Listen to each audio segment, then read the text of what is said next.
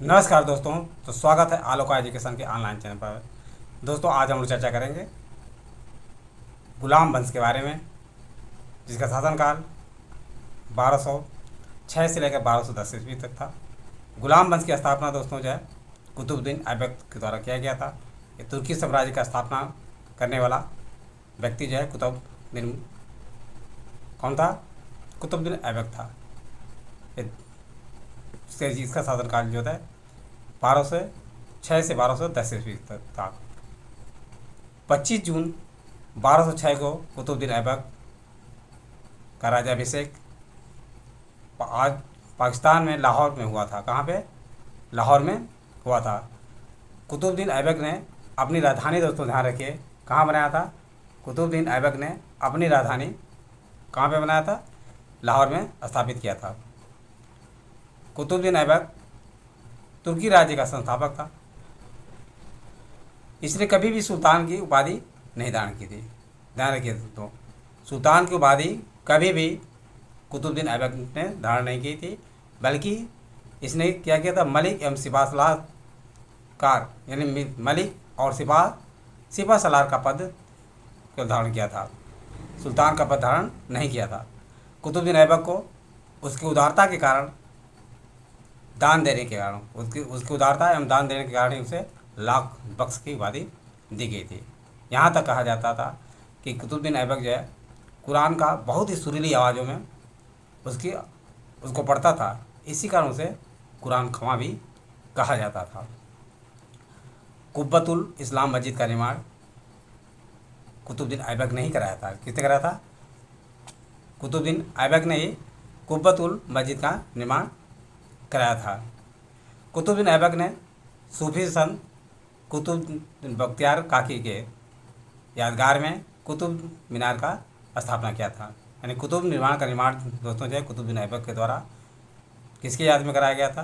तो कुतुब बख्तियार काकी के याद में। ये सूफी संत है और उन्हीं के याद में इन्होंने कुतुब मीनार की स्थापना की थी या कुतुब मीनार का निर्माण करवाया था। कुतुबुद्दीन ऐबक की मृत्यु 1210 ईस्वी में दोस्तों, वो दुर्भाग्यपूर्ण समय था जब वो चौगान खेलते हुए उसकी मृत्यु हो गई। क्या हुई? चौगान खेलते समय उसकी मृत्यु हो गई। कुतुबुद्दीन ऐबक की मृत्यु के पश्चात उसका पुत्र आराम सा गद्दी पर बैठा, लेकिन कुछ ही दिनों के बाद इल्तुतमिश जो है उसे गद्दी से अबदस्त कर देता है और 1210 ईस्वी में इल्तुतमिश जो है दिल्ली का सुल्तान बनता है। यानी लाहौर से कुतुबुद्दीन ऐबक शासन करता था, लेकिन इल्तुतमिश ने क्या किया? अपनी राजधानी लाहौर से हटक के कहाँ गया? दिल्ली स्थापित किया। कहाँ पे किया? दिल्ली स्थापित किया। ध्यान रखिए दोस्तों, इल्तुतमिश सुल्तान बनने से पूर्व जो है बदायूं का शासक था। कहाँ का? बदायूं का सूबेदार था। दिल्ली सल्तनत का वास्तविक संस्थापक इल्तुतमिश को माना जाता है। दिल्ली सल्तनत का वास्तविक संस्थापक इसे माना जाता है, इल्तुतमिश को माना जाता है। इल्तुतमिश दिल्ली सल्तनत का प्रथम सुल्तान था जिसने दिल्ली को अपनी राजधानी बनाई तथा बगदाद के खलीफा से सुल्तान की उपाधि भी प्राप्त की। बगदाद के खलीफा से दोस्तों ध्यान रखिए, इल्तुतमिश सुल्तान की उपाधि प्राप्त किया था।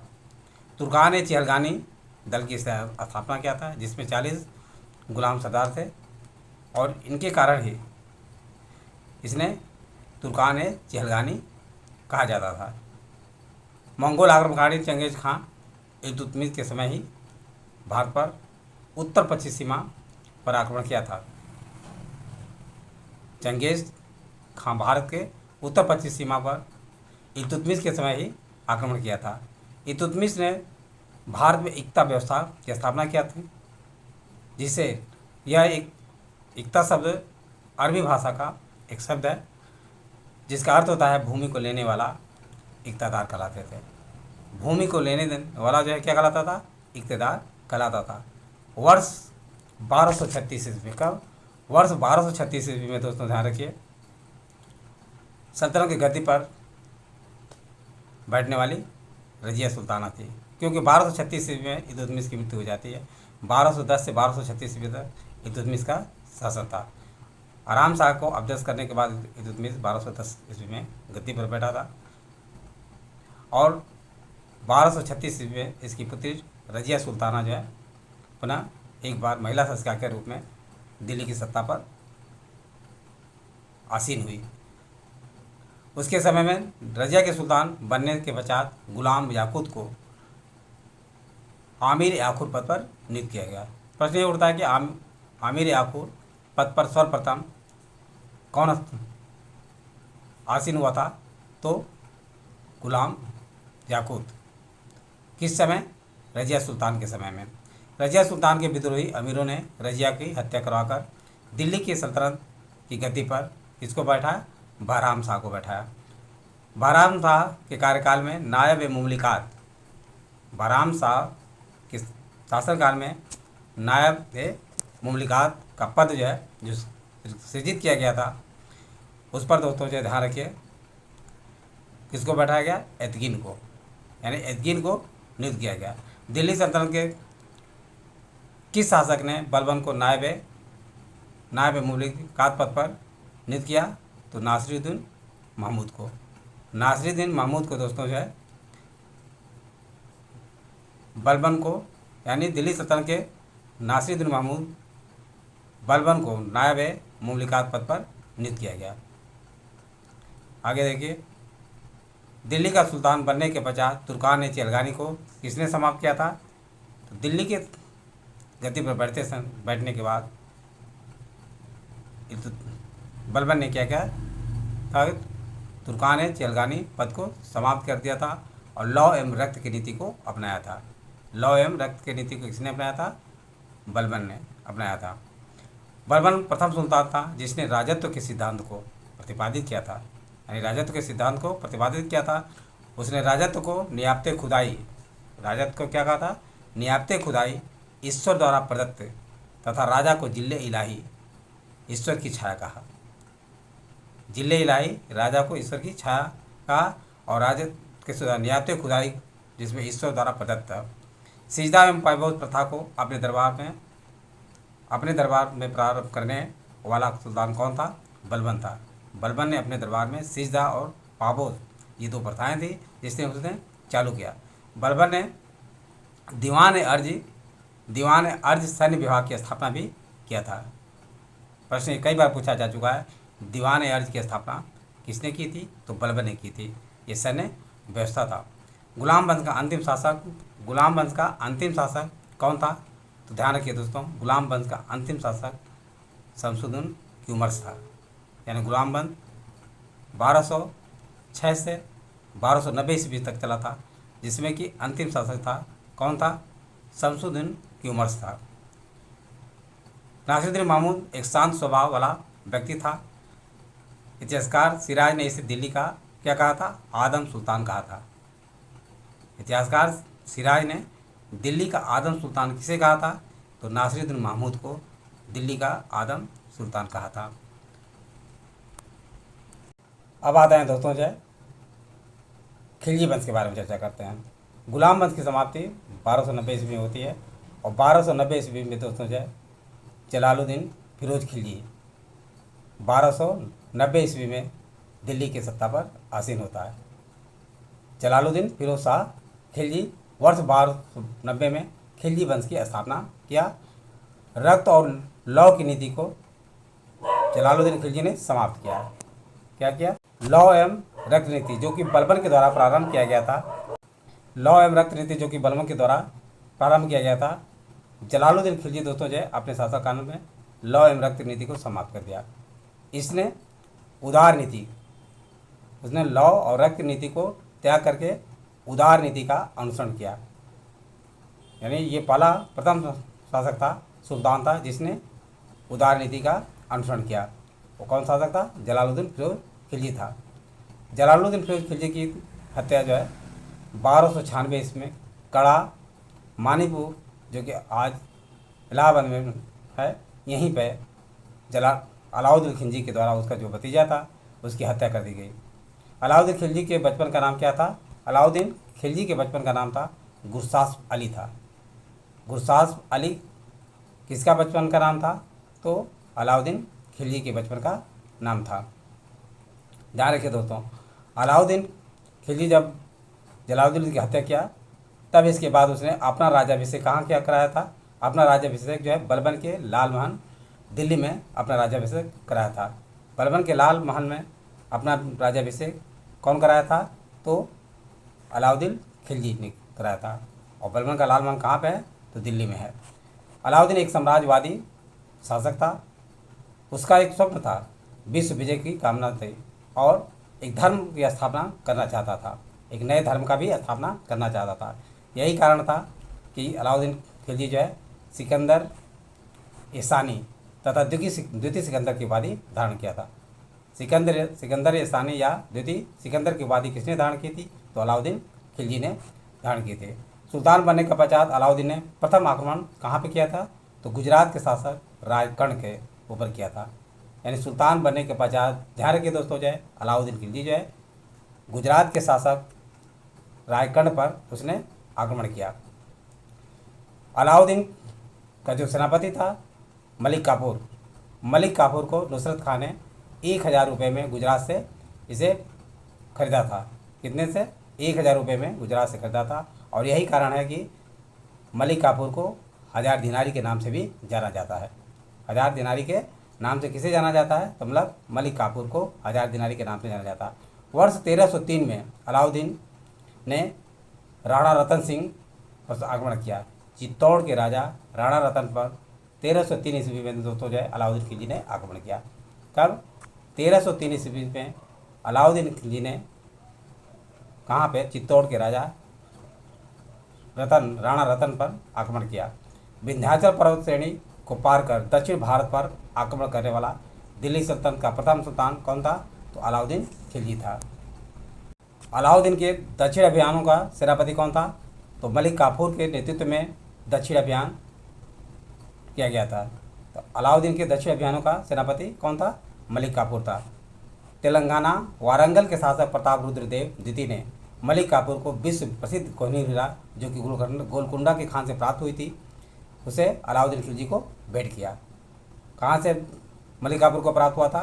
तेलंगाना वारंगल के शासक प्रताप रुद्र देव के द्वारा जो है कोहिनूर हीरा प्राप्त हुआ था। ये प्रश्न पूछ देता है कि मलिक काफूर को जो है किस युद्ध के पश्चात जो है कोहिनूर हीरा प्राप्त हुआ था? तो ध्यान रखिए दोस्तों, तेलंगाना के में वारंगल का शासक रुद्र प्रताप, यानी कौन था? प्रताप रुद्र देव से कोहिनूर हीरा प्राप्त हुआ था। और उसने मलिक काफूर ने कोहिनूर हीरा को अलाउद्दीन खिलजी को क्या किया? भेंट किया। अलाउद्दीन खिलजी का दक्षिण भारत अभियान। अलाउद्दीन खिलजी का दक्षिण भारत अभियान मलिक काफूर ने देवगिरी पर पहला आक्रमण किया। वहाँ का शासक रामचंद्र देव था। यानी मलिक काफूर रामचंद्र देव पर देवगिरी पर आक्रमण कब किया था? 1307 ईस्वी में किया था।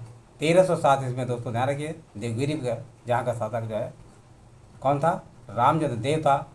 वहाँ पे मलिक काफूर ने आक्रमण किया। दूसरा आक्रमण वारंगल प्रताप रुद्र देव के पर आक्रमण। प्रताप रुद्र देव पर मलिक काफूर अपने कब आक्रमण किया था? 1309 ईस्वी में वारंगल प्रताप रुद्रदेव पर आक्रमण करके उसे पराजित किया। द्वार समुद्र का शासक कौन था? बीर बल्लाल तृतीय था। बीर बल्लाल तृतीय पर आक्रमण 1310 ईस्वी में मलिक काफूर ने किया और उसे अवदस्त किया या पराजित किया। पांडे वंश पर आक्रमण जो है बीर पांडे वहाँ का शासक था। दक्षिण अभियान में दोस्तों जो है पांडे वंश पर जो मलिक काफूर ने कब किया था? 1311 ईस्वी में आक्रमण किया। वहाँ का शासक वीर पांडे था, जिसे कि इसने पराजित करके अपने राज्य में मिला लिया था। मलिक काफूर द्वारा सर्वप्रथम किस दक्षिण भारतीय राज्य पर आक्रमण किया था? तो देवगिरी पर मलिक काफूर के द्वारा आक्रमण किया गया था। दिल्ली सल्तनत का वह कौन सा सुल्तान था जिसे नकद वेतन के साथ अस्थायी सेना का संगठन किया था? तो सुल्तान दोस्तों जो है और कोई नहीं, अलाउद्दीन खिलजी था। और कोई नहीं, कौन था? अलाउद्दीन खिलजी था। अलाउद्दीन द्वारा सेना में भ्रष्टाचार को रोकने के लिए अलाउद्दीन खिलजी ने भ्रष्टाचार को रोकने के लिए योजना बनाई थी। घोड़ों को दागने की प्रथा तथा हुलिया लिखने की प्रथा अलाउद्दीन खिलजी द्वारा शुरू की गई थी। चराई कर तथा गिरी कर चरी घड़ी चरी कर लगाने वाला प्रथम सुल्तान कौन था? अलाउद्दीन खिलजी के द्वारा घड़ी चरी कर को लगाया गया था, जो चराई कर तथा गृह कर के नाम से जाना जाता था। सर्वाधिक मंगोल आक्रमणकारी किसके शासनकाल में हुआ था? तो सर्वाधिक मंगोल आक्रमणकारी दोस्तों जो है अलाउद्दीन खिलजी के शासनकाल में ही हुआ था। दिल्ली सल्तनत का वह प्रथम सुल्तान कौन था जिसने स्वयं को खलीफा घोषित किया था? तो दिल्ली सल्तनत का वह प्रथम सुल्तान जिसने स्वयं को खलीफा घोषित किया था वो मुबारक शाह खिलजी था। कौन था? मुबारक शाह खिलजी अपने आप को दिल्ली सल्तनत का प्रथम खलीफा घोषित किया था। घोड़े के नाल के आकार के मेहराब का प्रयोग सर्वप्रथम कहाँ पर किया गया था? तो घोड़े के नाल का आकार का सर्वप्रथम प्रयोग जो है कहाँ पर किया गया था? अलाई दरवाज़ा दिल्ली में किया गया था। अलाई दरवाज़ा दिल्ली में किया गया था। अलाउद्दीन द्वारा सैनिकों को सस्ते मूल्य पर वस्तुओं को प्रदान करने के लिए बाजार नियंत्रण, ये ध्यान रखिए दोस्तों, अलाउद्दीन खिलजी के द्वारा जो है बाजार नियंत्रण की नीति अपनाई गई थी। उसने सस्ते दरों पर वस्तुओं को क्रय विक्रय बेचने के लिए उसने व्यवस्था अपनाई थी। क्या था? अलाउद्दीन के बाजार नियंत्रण अधिकारी कौन कौन थे? अलाउद्दीन के बाजार नियंत्रण के अधिकारी थे बरीद ए मंडी का अधिकारी था। कौन था? बाजार निरीक्षक था। बाजार निरीक्षक बरीद ए मंडी का अधिकारी था। बाजार अधीक्षक शाहनाह ए मंडी का अधिकारी था। और बाजार नियंत्रक दीवान ए रियासत का अधिकारी था। गुप्तचर विभाग का जो गुप्तचर थे अधिकारी वो कौन थे? मनहैयान था, यानी मनहैयान के गुप्तचर। तो इस तरह से बरीद ए मंडी का अधिकारी बाजार निरीक्षक था। शाहनाह ए मंडी का अधिकारी थे बाजार अधीक्षक था। दीवान ए रियासत का अधिकारी बाजार नियंत्रक था। पद्मावत मोहम्मद जायसी के अनुसार अलाउद्दीन ने रानी पद्मिनी की सुंदरता से प्रभावित होकर के चित्तौड़ पर आक्रमण किया था। पद्मावत की रचना मलिक मोहम्मद जायसी के द्वारा किया गया था। बताया जाता था कि पद्मिनी बहुत सुंदर थी। उसी के आकर्षण के कारण अलाउद्दीन खिलजी ने कहाँ पर आक्रमण किया था? उसके सुंदर रानी पद्मिनी की सुंदरता से प्रभावित होकर के उसने चित्तौड़ पर आक्रमण किया था। किसने? अलाउद्दीन खिलजी ने। इस तरह से सारे तथ्य आप लोगों को समझ में आ गया होगा। यदि वीडियो अच्छा लगा हो तो इसे सब्सक्राइब और लाइक अवश्य करें तथा अपने सगे संबंधी दोस्तों को शेयर करना ना भूलें। थैंक यू दोस्त, नेक्स्ट वीडियो में मिलेंगे।